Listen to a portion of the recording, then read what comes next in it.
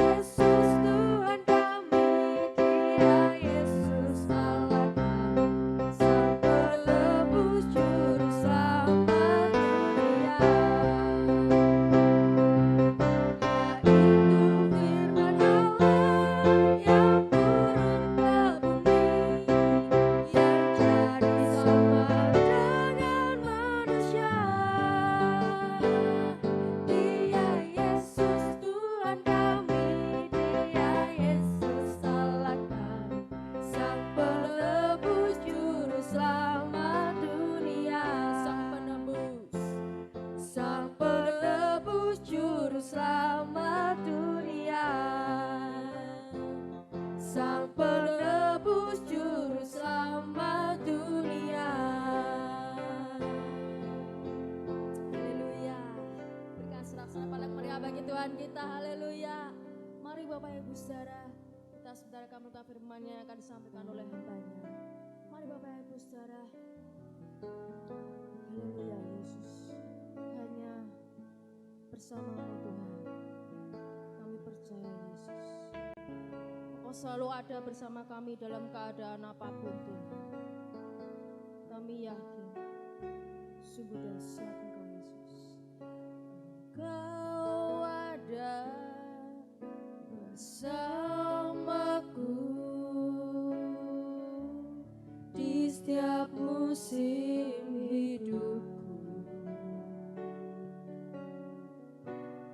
Tak pernah Kau biarkan ku sendiri.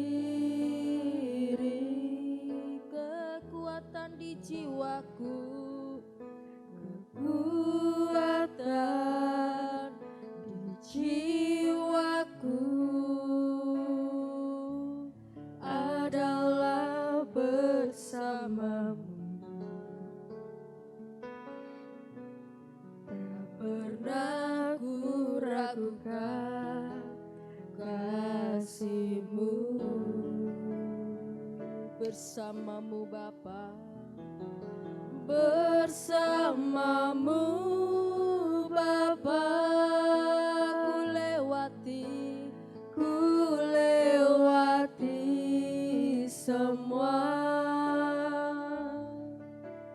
perkenanan-Mu ya. Teguhkan hatiku, Engkau yang bertindak, memberi pertolongan.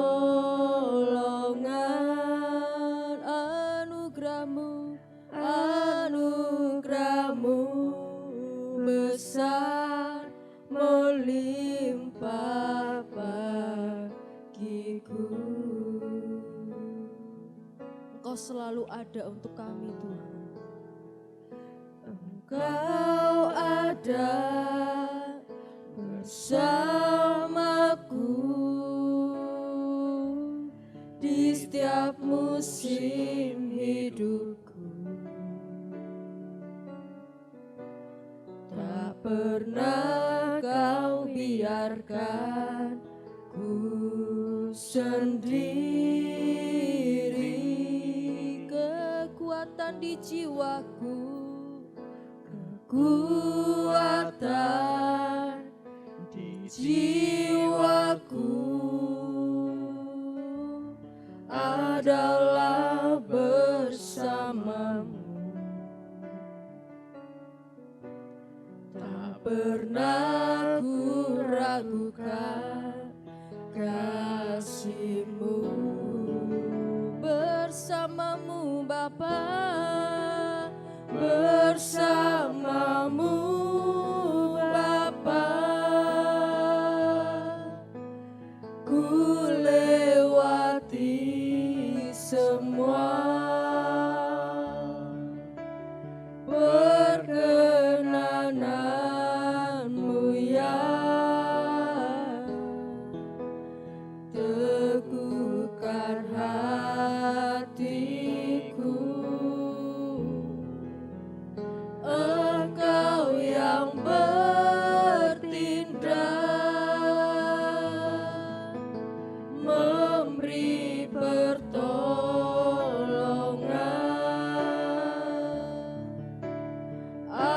Anugerah-Mu besar melimpah bagiku.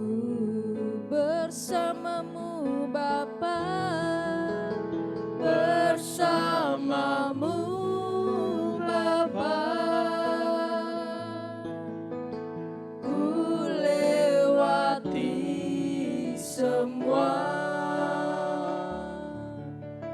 perkenanan-Mu ya. Teguhkan hatiku,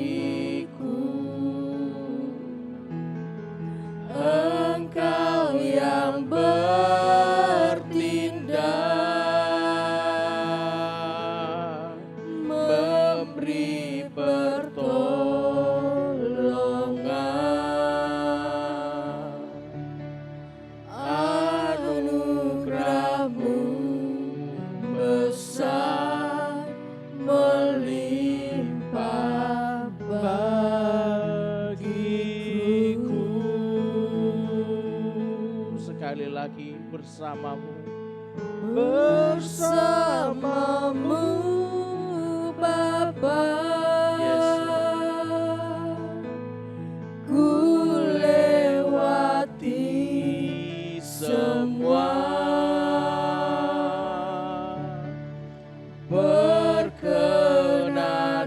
perkenananmu yang teguhkan hatiku.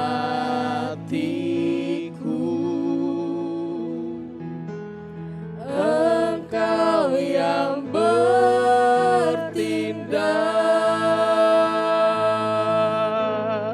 memberi pertolongan, anugerahmu besar melimpah bagiku. Anugerahmu besar, anugerahmu besar melimpah bagiku. Anugerahmu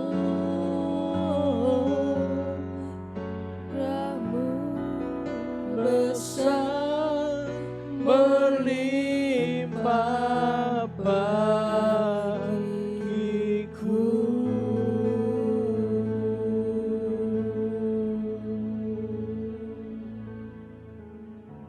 Terima kasih Tuhan, kalau sampai hari ini Tuhan, anugerahmu sungguh amat besar dalam kehidupan kami ya Bapa. Thank you Jesus, thank you Jesus. Terima kasih Tuhan, terima kasih Tuhan. Kalau sebentar kami mau sharing Tuhan. Untuk kami bisa bertumbuh pengenalan akan Engkau ya Bapa.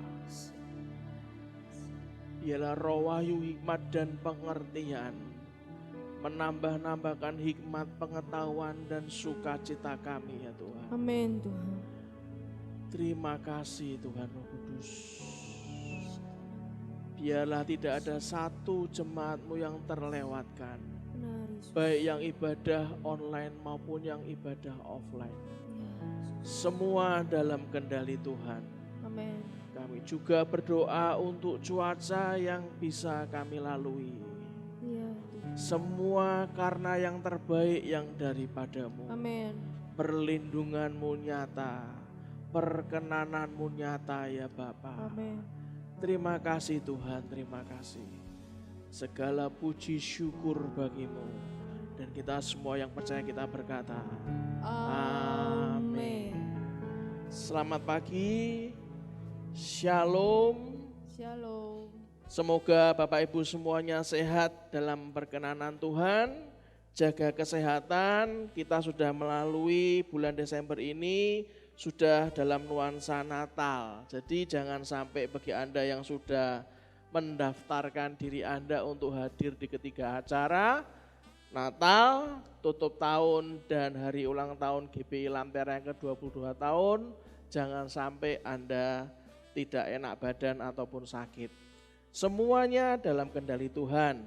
Nah, Bapak Ibu yang dikasihi Tuhan, izinkan hari ini kita sama-sama belajar mengenal tentang G yang keempat, yaitu grow, bertumbuh.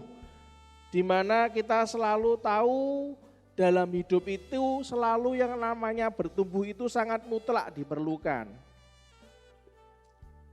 Karena kalau Anda dan saya tidak bertumbuh, maka Anda dan saya akan bosan. Itulah kenapa dibutuhkan pertumbuhan yang namanya pertumbuhan hikmat.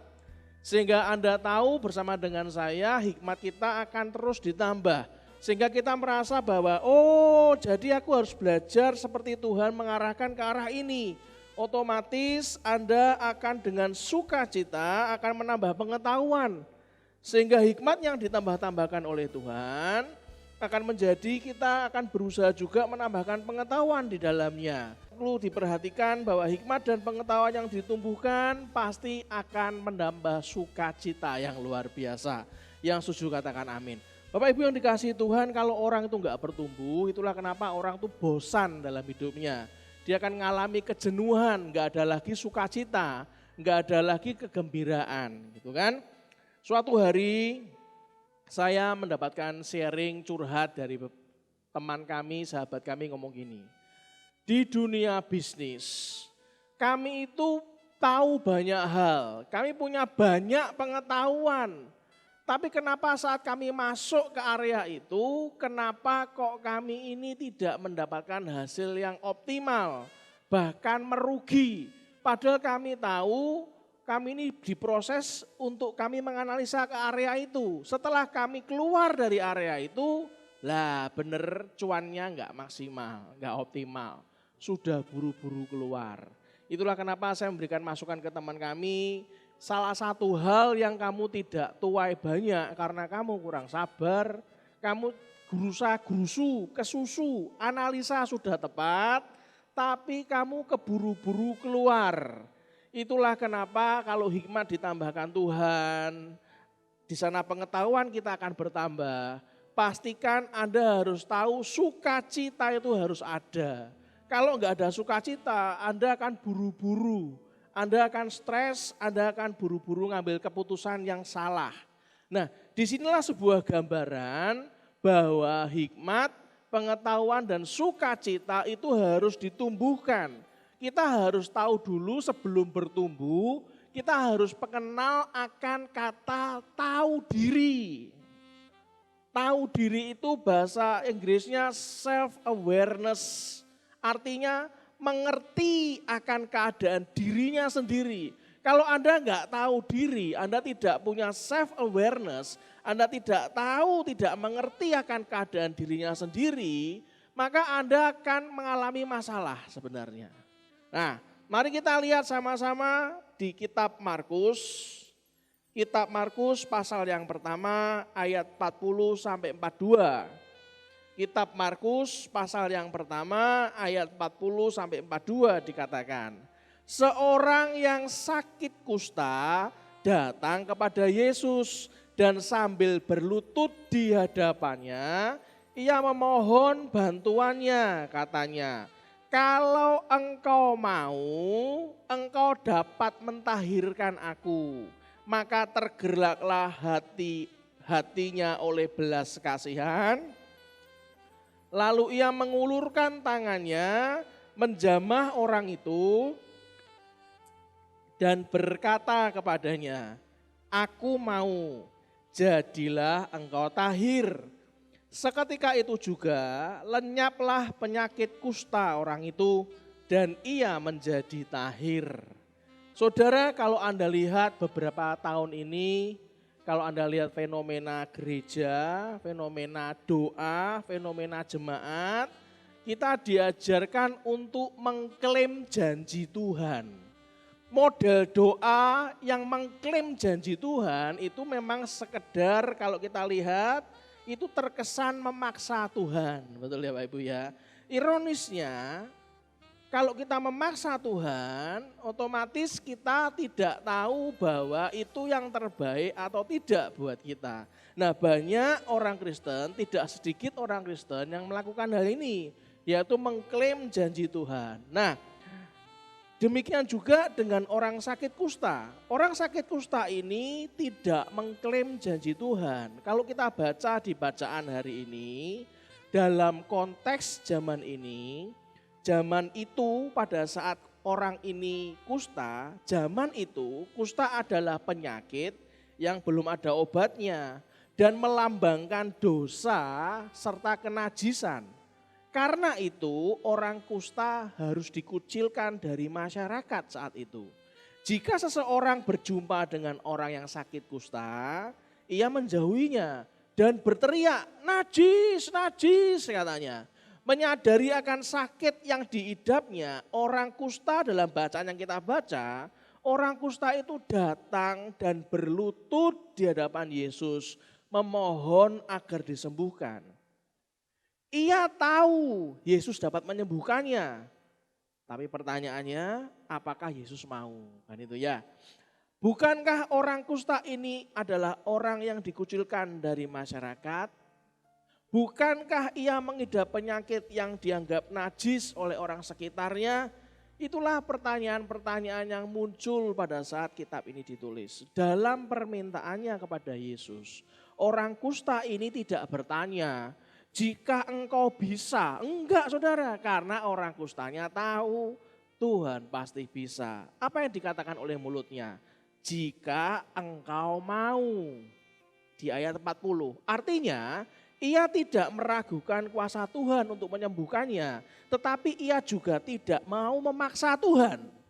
Orang kusta ini cukup tahu diri dengan keberadaannya. Kok bisa tahu diri Pak? Karena waktu itu kalau orang sakit kusta itu pasti dikucilkan di masyarakat, dianggap najis. Maka orang kusta ini belajar untuk tahu diri saudara. Enggak diduga ternyata Yesus meresponinya. Dengan begitu indah belas kasihannya Yesus menjamah orang kusta itu dan di ayat 41 dan 42 dan menyembuhkannya. Dalam permohonan dan doa yang kita panjatkan, sesungguhnya kita tidak perlu memaksa Tuhan saudara. Ia tahu segala yang kita butuhkan, ia juga tahu kapan memenuhinya. Berserah pada otoritasnya dan katakanlah, belajar untuk mengatakan, jika engkau mau ya Tuhan. Nah, hari ini kita akan lebih belajar lagi mengenal akan ujian yang akan diuji dalam kehidupan saudara dan saya. Kalau Anda bisa melewati ujian itu dan Anda tahu diri, maka Anda akan mengenal hati Bapa itu seperti apa. Yang pertama, izinkan saya belajar, kita sama-sama sharing tentang ujian akan visi atau impian dalam kehidupan kita. Pada masa Yesus hidup, sudah merupakan sebuah tradisi bila orang yang berpenyakit kusta itu diasingkan masyarakat. Selain takut menulari orang lain, sehingga orang lain tertular, menurut hukum Musa, orang kusta itu memang najis dan dikutuk Allah. Itu Anda bisa bandingkan di Imamat 13 ayat 45 sampai 46. Tapi di sini kita belajar, orang kusta itu punya visi, orang kusta itu punya impian. Apa itu? Kalau engkau mau Tuhan, engkau dapat mentahirkan aku. Itu visinya, itu impiannya. Yesus Kristus juga punya visi, saudara, punya impian. Begitu ada orang yang berdoa kepada dia dan memohon untuk ditahirkan, Yesus Kristus punya visi. Bagaimana sikap Yesus ketika berhadapan dengan orang kusta? Yesus tidak mengusir atau menjauh. Yesus justru menggerakkan tangannya ke arah orang kusta itu, lalu menyentuhnya, dan dapat kita bayangkan kegemparan yang terjadi karena reaksi orang-orang yang melihat perbuatan ini. Itulah kenapa orang bertanya, kenapa Yesus mau menyentuhnya? Anda bisa tahu ayat 41 sudah menjawabnya, karena belas kasihan. Belas kasihan Yesus menyembuhkan dan mengalahkan segala-galanya. Kita belajar kejadian yang berbeda tentang kisah Yusuf. Kalau kita lihat di Kejadian pasal 37 ayat 20, Anda bisa melihat sendiri dalam Kejadian ayat-ayat sebelumnya, tapi saya langsung membahas di Kejadian pasal 37 ayat 20. Dikatakan, sekarang marilah kita bunuh dia dan kita lemparkan ke dalam salah satu sumur ini. Lalu kita katakan seekor binatang buas telah menerkamnya dan kita akan lihat nanti. Perhatikan baik-baik kata berikutnya. Bagaimana jadinya mimpinya itu. Yang dibenci oleh saudara-saudara Yusuf sebenarnya adalah impian. Yang dibenci oleh saudara-saudara Yusuf sebenarnya adalah visinya Yusuf. Ketika mereka bermaksud membunuh Yusuf, sebenarnya yang mereka ingin bunuh adalah mimpi. Yang mereka ingin bunuh adalah visinya Yusuf. Nah, sekarang saya ingin membalik melihat kenyataan dalam kehidupan saudara dan saya. Saya harus katakan, demi kasih Tuhan, kalau seseorang atau siapapun dalam dunia ini kita biarkan membunuh akan mimpi atau mematikan visi saudara dan saya, membunuh akan impian kita, sebetulnya mereka juga membunuh kita. Orang yang mengizinkan mimpinya dimatikan orang lain, sebetulnya dia sudah mati. Dia seperti mayat yang berjalan. Orang dibilang hidup kalau impiannya masih menguasai pikiran dan hatinya. Begitu orang itu dibilang hidup, itu kalau kita masih punya visi. Orang itu dikatakan hidup kalau kita masih punya arah kemana kita mau pergi. Kita punya impian, punya dream, bahkan yang paling besar sekalipun di dalam benak saudara dan saya.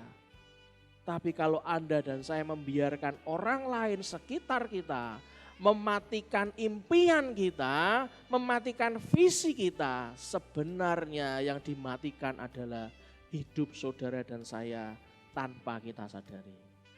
Saya mau beritahu kepada Anda semua, Anda dan saya boleh punya teman,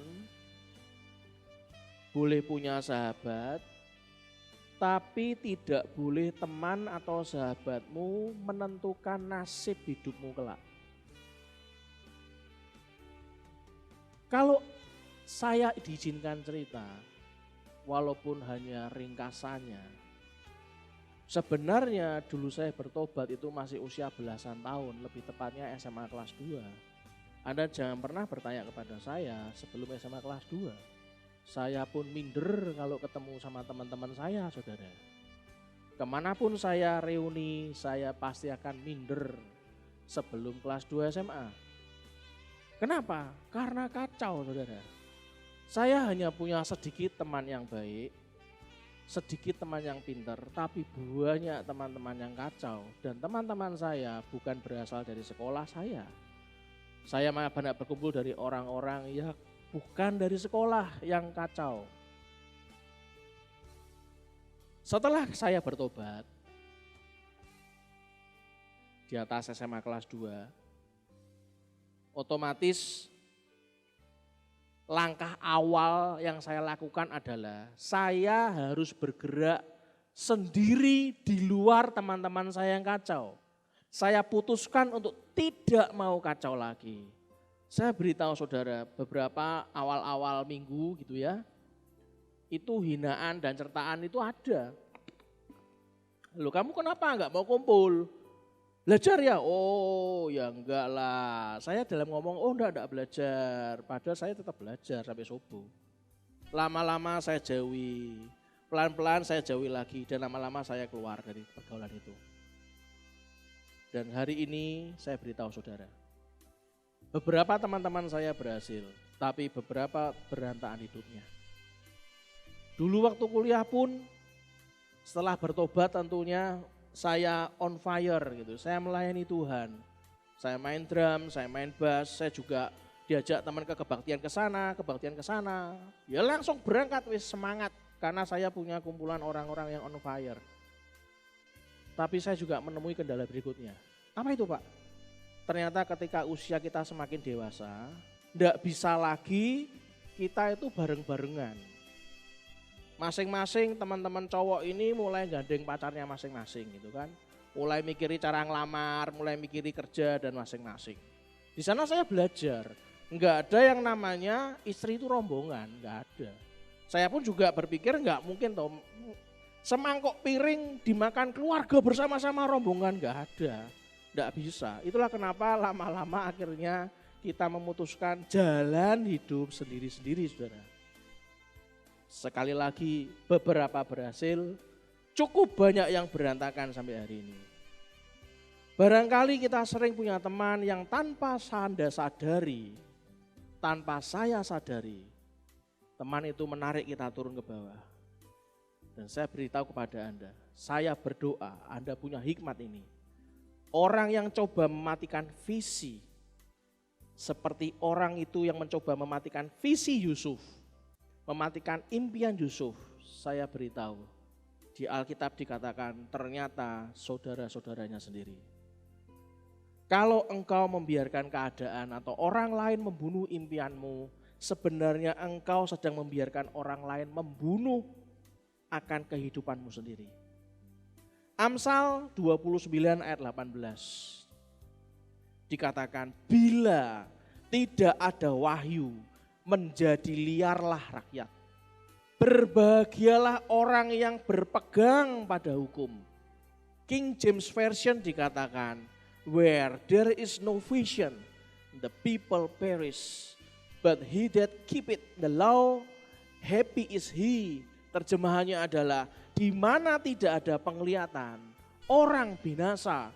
Tetapi dia yang menaati hukum, berbahagialah ia. Tidak ada vision, penglihatan, impian jauh ke depan.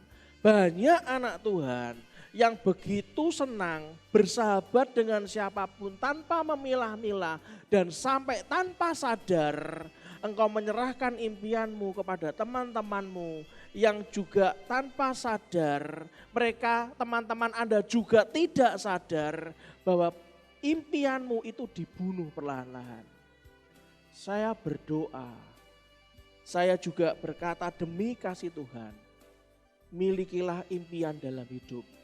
Apalagi Anda mengalami masa di mana Anda mengalami perenungan panjang selama 2020. Dr. Yonggi Cho pernah berkata, when you dream, dream big. Ketika engkau bermimpi, mimpilah yang besar. Itu alkitabiah banget. Filipi pasal 4 ayat 6 sampai 7. Filipi pasal 4 ayat 6 sampai 7 dikatakan, janganlah hendaknya kamu khawatir tentang apapun juga, tetapi nyatakanlah dalam segala, garis bawahi, segala hal keinginanmu kepada Allah dalam doa dan permohonan dengan ucapan syukur. Damai sejahtera Allah yang melampaui segala akal akan memelihara hati dan pikiranmu dalam Kristus Yesus. Jadi orang itu punya keinginan itu boleh. Dan ngomong ke Tuhan itu boleh. Mengapa saya mohon Anda habis ibadah ini? Anda ambil kertas kosong. Anda tulis impian Anda yang paling liar sekalipun. Anda masukkan ke amplop. Anda berikan sekretariat. Ataupun Anda yang bisa punya sempat waktu untuk Anda ibadah di sore hari. Karena nanti sore itu akan ada kesaksian dari sahabat kami yang bernama Bapak Mulyadi Hartono. Anda bisa masukkan ke dalam kotak doa. Saya berjanji saya akan mendoakan impian Anda, saudara.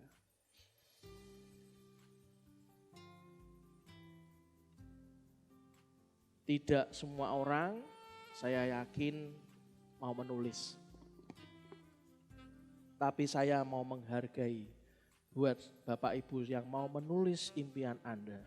Jangan takut untuk memohon keinginan Anda kepada Tuhan. Saya dihajar habis-habisan Pak di pandemi ini. Jiwa saya hancur Pak. Oleh karena itu hari ini saya mohon. Bangun impianmu, bawa dalam doa, tulis. Kita akan bantu sama-sama dalam doa. Semua orang besar itu memulai sesuatunya dengan yang namanya berkhayal, dengan yang namanya mimpi. Filipi pasal 4 ayat 7 sampai 8. Filipi pasal 4 ayat 7 sampai 8. Damai sejahtera Allah yang melampaui segala akal akan memelihara hati dan pikiranmu dalam Kristus Yesus. Jadi akhirnya saudara-saudara, semua yang benar, semua yang mulia, semua yang adil, semua yang suci, semua yang manis, semua yang sedap didengar, semua yang disebut kebajikan dan patut dipuji, dikatakan apa saudara? Garis bawahi, pikirkanlah semuanya itu. Anda dan saya harus tahu diri saudara. Anda belajar untuk Anda mengenal diri Anda. Kalau hidup Anda itu semakin hari semakin kemunduran dalam Tuhan. Bahkan hari Minggu kemarin saya ketemu dengan sahabat kami di sebuah restoran. Dia tanya, dari mana Taf? Dari gereja. Loh kok gereja toh? Masa ada gereja? Ini hari apa? Saya lihat matanya, ini hari Minggu brother. Oh iya ya, aku wis suwe ora ngikuti ngono-ngono. Dalam hati saya, kalau kita ini tidak saling mengingatkan, justru di saat pandemi mungkin gereja Anda belum beroperasional. Berusahalah untuk Anda ibadah offline ataupun Anda ibadah online. Kalau Anda belum berani datang ke gereja, berusahalah ibadah online. Jangan pernah tinggalkan Tuhanmu. Ingat baik-baik. Hikmat itu akan ditumbuhkan.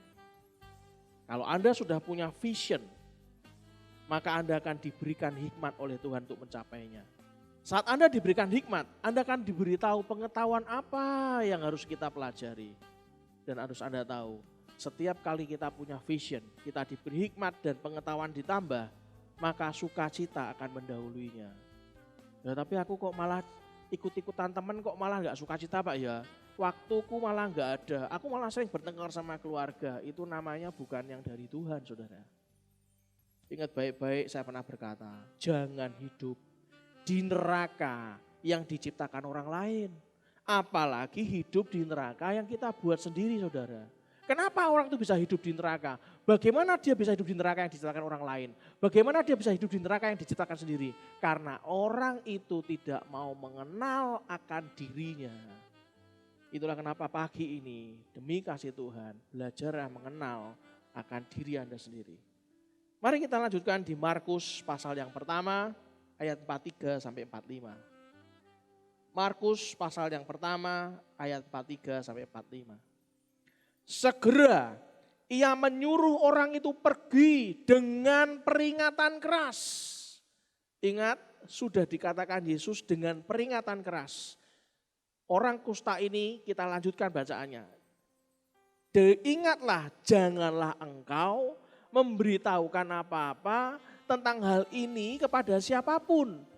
Tetapi pergilah, perlihatkanlah dirimu kepada imam dan persembahkanlah untuk pentahiranmu persembahan yang diperintahkan oleh Musa sebagai bukti bagi mereka. Tetapi orang itu pergi memberitakan peristiwa itu dan menyebarkannya kemana-mana. Kalau orang itu enggak taat, seperti orang kusta ini sudah disembuhkan dengan diperingatkan dengan keras untuk jangan memberitahukan apa-apa kepada siapapun. Dilanggar saudara, malah disebar-sebarkan. Ayat berikutnya dikata apa? Sehingga Yesus tidak dapat lagi terang-terangan masuk ke dalam kota. Ia tinggal di luar di tempat-tempat yang sepi. Namun orang terus juga datang kepadanya dari segala penjuru. Yesus sudah meminta orang itu tidak memberitahukan kesembuhannya kepada siapapun. Ia menyuruhnya pergi kepada imam untuk memperoleh pernyataan resmi atas kesembuhannya dan memberikan persembahan. Di ayat 43 dan 44. Sekali lagi orang kusta ini punya hal yang dia tidak bisa menahan mulutnya. Karena tidak dapat menahan diri, orang kusta itu menyebarkan berita kesembuhannya oleh Yesus di ayat 45. Saudara, ujian yang kedua. Ujian yang pertama adalah ujian tentang visi atau impian. Ujian yang kedua adalah ujian moral. Kalau kacamata ini Anda perhatikan baik-baik sudut pandangnya. Bukan Yesus Kristus egois, bukan. Ketika orang kusta sembuh, Yesus memberikan dua petunjuk perintah padanya. Yang pertama, ia harus melakukan hukum Musa, yaitu menghadap imam agar imam dapat menyatakan sebagai orang sehat. Tanpa pernyataan resmi ini sulit baginya diterima masyarakat. Memang sudah hukumnya Musa waktu itu. Dia kalau mau diterima masyarakat harus ada pernyataan resmi. Kemudian ia harus memberikan persembahan syukur seperti yang diatur hukum Musa. Anda bisa lihat di Imamat 14 ayat pertama sampai 32. Itu yang pertama perintah kepada orang kusta itu. Yang kedua, Yesus melarangnya untuk memberikan kesembuhannya kepada orang lain. Yesus melarang untuk memberitakan kesembuhannya kepada orang lain. Sebenarnya orang yang mengenalnya tanpa diberitahu sekalipun menyadari perubahan dari tubuhnya. Pasti tahu, oke dulu kusta, sekarang kok sembuh ya. Yang nyembuhin siapa orang itu pasti tahu dengan perubahan dirinya. Selain itu melakukan ritus itu adalah sebuah tindakan biasanya dalam bidang keagamaan bersifat seremonial. Itu tertata. Zaman Musa itu harus ada ritusnya. Seperti yang dituntut hukum Musa. Sebenarnya merupakan pernyataan terbuka kalau dia nemui Musa itu otomatis dinyatakan kalau dilihat Musa sudah dinyatakan sembuh, tahir, ya udah. Kenapa kok Yesus harus dilarang? Orang kusta ini harus dilarang untuk ngomong-ngomong. Karena Yesus tidak ingin dikenal sebagai tabib penyembuh. Yesus itu adalah Mesias dan anak Allah. Namun orang kusta ini tidak taat, akibatnya pekerjaan dan pelayanan Yesus saat itu menjadi terhalang. Ketidaktaatan selalu menghambat pelayanan Yesus. Anda harus renungkan baik-baik. Belas kasihan Yesus membawa orang-orang pinggiran ke tengah-tengah peradaban manusia. Tanpa memiliki belas kasihan Yesus, kita tidak akan pernah menyentuh orang-orang yang terbuang dan terasing oleh masyarakat. Itulah kenapa saudara, kalau Anda memang sudah dijawab Tuhan, Anda tanya, bolehkah saya memberikan kesaksian di gereja? Banyak sekali kesaksian yang memang tidak boleh dibuka, karena pasti Tuhan punya maksud. Tapi juga pasti ada dan banyak kesaksian yang Tuhan izinkan buka, sehingga banyak orang itu dimenangkan. berita baik itu dimenangkan, penginjilan itu dinyatakan saat Anda bersaksi. Di kitab Kejadian pasal 39 ayat 7 sampai 9. Kejadian 39 ayat 7 sampai 9. Dikatakan begini. Selang beberapa waktu istri tuannya, kita bicara tentang Yusuf, memandang Yusuf dengan birahi. Lalu katanya, marilah tidur dengan aku. Tetapi Yusuf menolak dan berkata kepada istri tuannya itu, dengan bantuanku, tuanku itu tidak lagi mengatur apa yang ada di rumah ini. Dan ia telah menyerahkan segala miliknya pada kekuasaanku. Bahkan di rumah ini ia tidak lebih besar kuasanya daripadaku. Dan tiada yang tidak diserahkannya kepadaku selain daripada engkau. Sebab engkau istrinya. Bagaimanakah mungkin aku melakukan kejahatan yang besar ini dan berbuat dosa terhadap Allah? Kalau tadi ujian moralnya tuh ringan, saudara. Orang kusta tuh cuma diuji ringan, diamlah. Gak usah ngomong kalau kamu tak sembuhin, langsung aja menghadap Musa. Itu ringan. Lah yang ini ujian moralnya berat. Yusuf dengan mimpi yang dia dapatkan, sebenarnya dia itu hampir dijegal di tengah jalan. Dijegal oleh apa? Dijegal oleh kenajisan dan ujian moral. Saya harus peringatkan saudara demi kasih Tuhan. Perzinahan itu adalah saudara kembarnya kemelaratan. Baca di Alkitab, Anda akan jumpai berbagai ayat yang menyatakan hal ini. Amsal pasal 6 ayat 32 sampai 33 dikatakan, siapa melakukan jinah tidak berakal budi. Orang yang berbuat demikian merusak diri, siksa dan cemooh diperolehnya, malunya tidak terhapuskan. Anda tahu tidak berakal budi itu artinya apa? Tidak berakal budi itu berarti bodoh, alias tolol, alias bego. Banyak orang tidak sadar akan daya rusak perzinahan itu luar biasa. Dan saya harus beritahu ke Anda, yang dirusak adalah diri Anda sendiri. Orang akan tanya, kena penyakit ya Pak? Ya itu cuma salah satu di antaranya. Saya mau tunjukkan kepada Anda hal yang lain. Di mana rusaknya? Kita lihat di kitab Kejadian 2 ayat 24. Kejadian pasal yang kedua ayat 24. Dikatakan, sebab itu seorang laki-laki akan meninggalkan ayahnya dan ibunya dan bersatu dengan istrinya sehingga keduanya menjadi satu daging. Kapan saat penyatuan terjadi? Saat suami istri melakukan hubungan seksual. Dua menjadi satu daging. Dalam kitab Kejadian tertulis urutannya. Allah, yang pertama, Allah menciptakan laki-laki dan perempuan. Yang kedua, lalu Tuhan memberkati mereka. Kemudian berkata, yang ketiga, beranak cuculah dan bertambah banyak. Penuhilah bumi dan taklukkanlah itu. Sekarang, bahkan gak tahu sampai kapan, walaupun orang itu disebut Kristen, banyak pemahamannya salah, terbalik. Beranak cucu dulu, seks dulu, baru minta diberkati. Padahal seks itu menyatukan dua menjadi satu. Dalam bahasa aslinya, kata mereka menjadi satu daging gambarannya seperti dua kertas, dua lembar yang dilem jadi satu. Saya akan berikan gambaran ke Anda. Dalam bahasa aslinya, menjadi satu daging itu adalah dua lembar yang dilem jadi satu. Perhatikan baik-baik. Saya sudah siapkan lemnya. Dua lembar dilem jadi satu.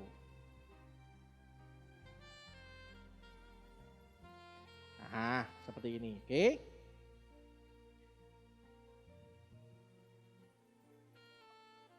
Pria dan wanita menjadi satu daging. Dilem jadi satu. Oke.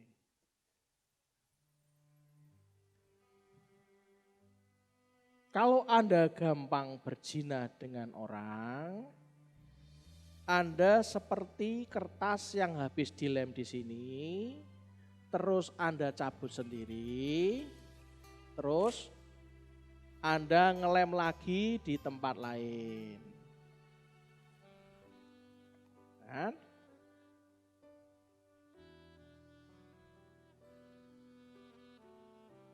Itulah sebabnya kenapa kalau Anda lihat awal-awalnya dosa itu tidak kelihatan. Dari jauh Anda tidak terlihat, tapi Anda lihat ada dampak kerusakan di sini. Seperti yang kita belajar, dosa itu pada awalnya godaan kecil sampai godaan besar, kita melakukan tindakan yang dari yang kecil. Dan kebobrokannya tidak kelihatan. Saudara, ketika Anda itu gampang sekali untuk pacaran dan Anda gampang sekali melakukan hubungan seks di luar nikah, Anda sebenarnya sudah melakukan hal-hal yang tidak disukai Tuhan. Apalagi kalau Anda sudah menikah, Anda hidup dalam perzinahan, saudara.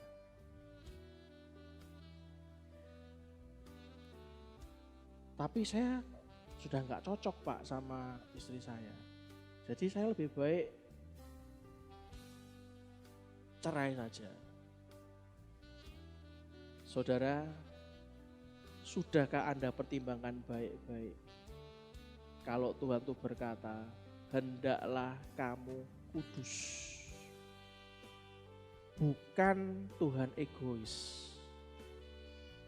Tapi karena Tuhan tahu bahwa perzinahan itu daya rusaknya luar biasa, saudara. Sesuatu yang sudah tidak bisa ditolong, kalau Anda itu sudah tidak bisa lagi hidup dalam anugerah Tuhan, akan gampang rusak, saudara.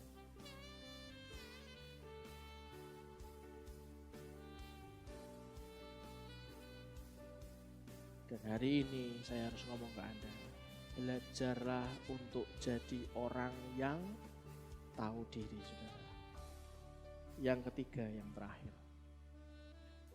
Ada penderitaan itu karena memang akibat dari dosa saudara dan saya. Tapi ingat, ada juga penderitaan itu karena ujian, saudara. Yusuf 13 tahun dia dengan sabar menanti waktu Tuhan. Penderitaannya muncul, dia harus nanggung dengan kesabaran. Kita bisa lihat di Markus juga, Markus pasal 4 ayat 26 sampai 29. Kita lihat di Markus pasal 4 ayat 26 sampai 29. Lalu kata Yesus, beginilah hal kerajaan Allah itu. Seumpama orang yang menaburkan benih di tanah, lalu pada malam hari ia tidur, akan pada siang hari ia bangun.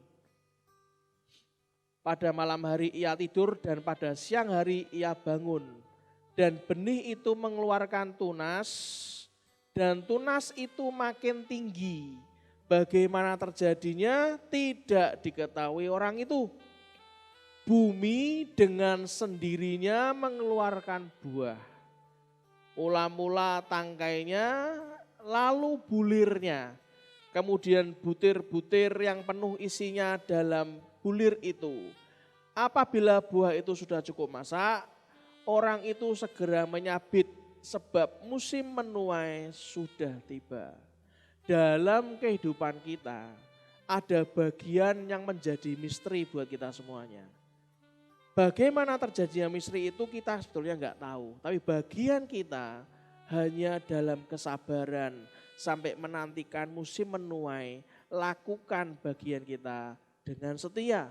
Sekalipun isinya penderitaan, saya dorong saudara, tidak semua penderitaan itu akibat dosa. Karena kita pun juga bisa diuji dalam penderitaan. Jangan pernah patah harapan, jangan pernah patah semangat. Apapun kita bisa melewati hari ini. Saudara, orang yang tahu diri melakukan semua dengan setia, dengan tekun, dengan sabar. Dan kelak ketika musim menuai tiba, Anda dan saya akan menuai apa yang telah kita tabur selama ini. Ibrani pasal 6 ayat 12 sampai 15. Mari kita buka Ibrani pasal 6 ayat 12 sampai 15. Dikatakan agar kamu jangan menjadi lamban, tetapi menjadi penurut-penurut mereka yang oleh iman dan kesabaran mendapat bagian dalam apa yang dijanjikan Allah. Sebab ketika Allah memberikan janjinya kepada Abraham, ia bersumpah demi dirinya sendiri karena tidak ada orang yang lebih tinggi daripadanya, katanya. Sesungguhnya aku akan memberkati engkau berlimpah-limpah dan akan membuat engkau sangat banyak. Abraham menanti dengan sabar dan dengan demikian ia memperoleh apa yang dijanjikan kepadanya. Ujian penderitaan itu harus ditanggulangi dengan kesabaran dan ketekunan, saudara. Roma 12 ayat 12 dikatakan apa? Bersukacitalah dalam pengharapan, sabarlah dalam kesesakan, dan bertekunlah dalam doa. Itulah kenapa saudara, hikmat, pengetahuan dan sukacita adalah satu paket yang harus ditambah-tambahkan dalam kita mengalami G yang keempat dari 5G, yaitu grow. Lukas 8 ayat 15. Tim musik maju ke depan. Ayat terakhir, Lukas 8 ayat 15. Yang jatuh di tanah yang baik, itu ialah orang yang setelah mendengar firman itu, menyimpannya dalam apa saudara? Hati yang baik dan mengeluarkan buah dalam ketekunan. Saudara yang dikasihi Tuhan, bertumbuhlah akan hikmat, pengetahuan dan sukacita. Kalau Anda bisa lolos dari 3 hal ini, ujian visi atau ujian impian. Yang kedua adalah ujian moral, baik ujian moral yang ringan sampai yang berat. Jangan membuat Anda terjatuh dan hilang dari kuasa Tuhan. Dan yang ketiga, pastikan Anda juga tahan dan terus bertekun dalam doa akan ujian penderitaan. Ingat baik-baik, bersukacitalah dalam pengharapan, sabarlah dalam kesesakan, dan bertekunlah dalam doa. Tutup Alkitab kita. Satu pujian.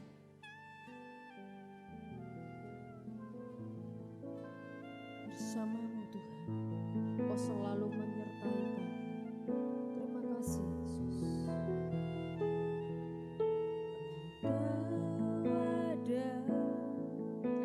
Bersamaku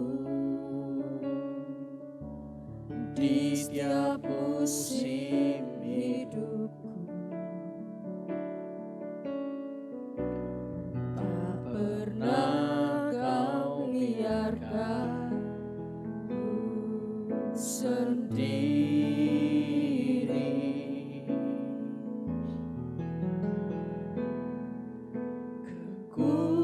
Kekuatan di jiwaku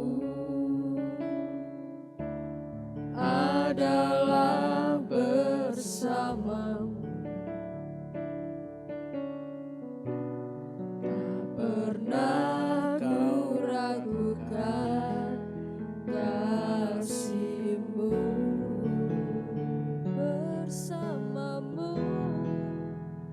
Bersamamu Bapa.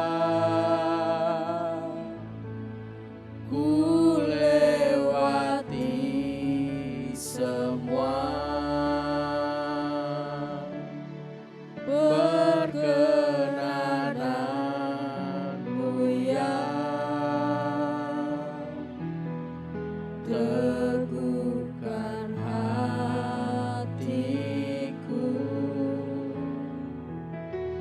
Engkau yang bertindak,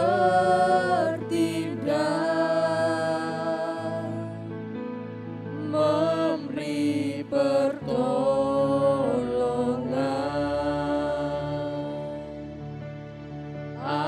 Anugerah-Mu besar melimpah bagiku. Bersamamu Bapa, Bersamamu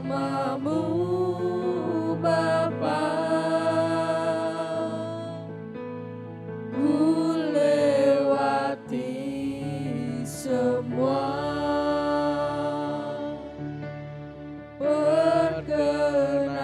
perkenanan-Mu yang teguhkan hatiku. Engkau yang bertindak,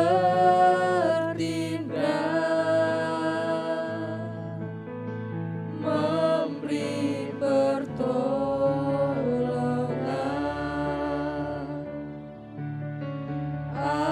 Anugerah-Mu besar melimpah bagiku.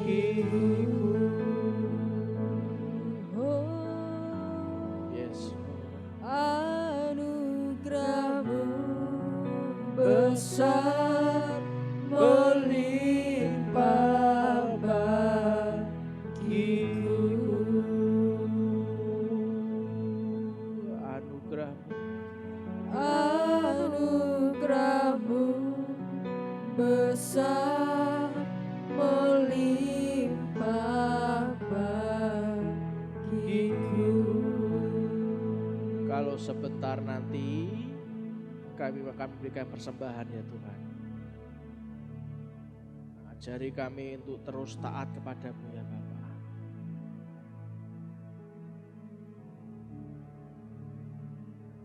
Memberikan harta kami sesuai dengan tujuan dan keinginanmu saja ya Tuhan.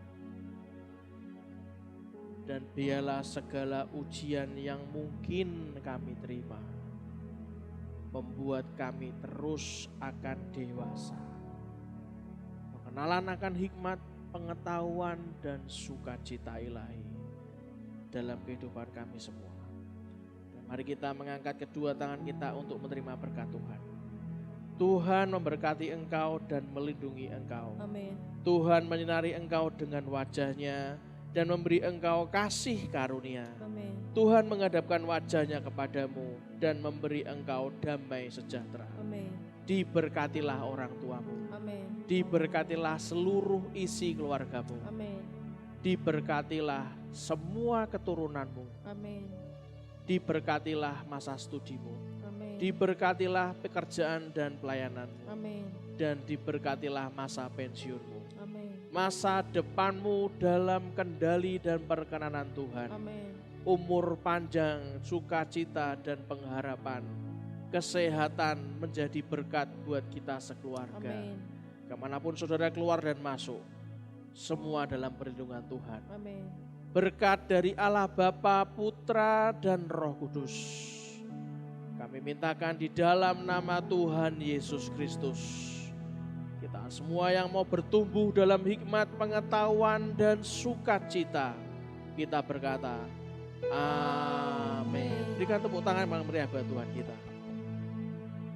Tuhan memberkati. Bapak Ibu Saudara, sungguh luar biasa hamba-Nya telah mengingatkan kepada kita semua. Kita harus tahu diri. Mari Bapak Ibu Saudara kita tetap bersemangat. Walaupun puji Tuhan semua berjalan dengan baik dan lancar dalam Pilkada 9 Desember 2020. Itu karena kasih karunia Tuhan. Dan kalau kita tahu Bapak Ibu Saudara, vaksin COVID telah tiba di Indonesia. Kita akan berdoa terus Tuhan, supaya vaksin akan cepat diberikan kepada seluruh rakyat Indonesia dan segera Indonesia akan bebas dari COVID.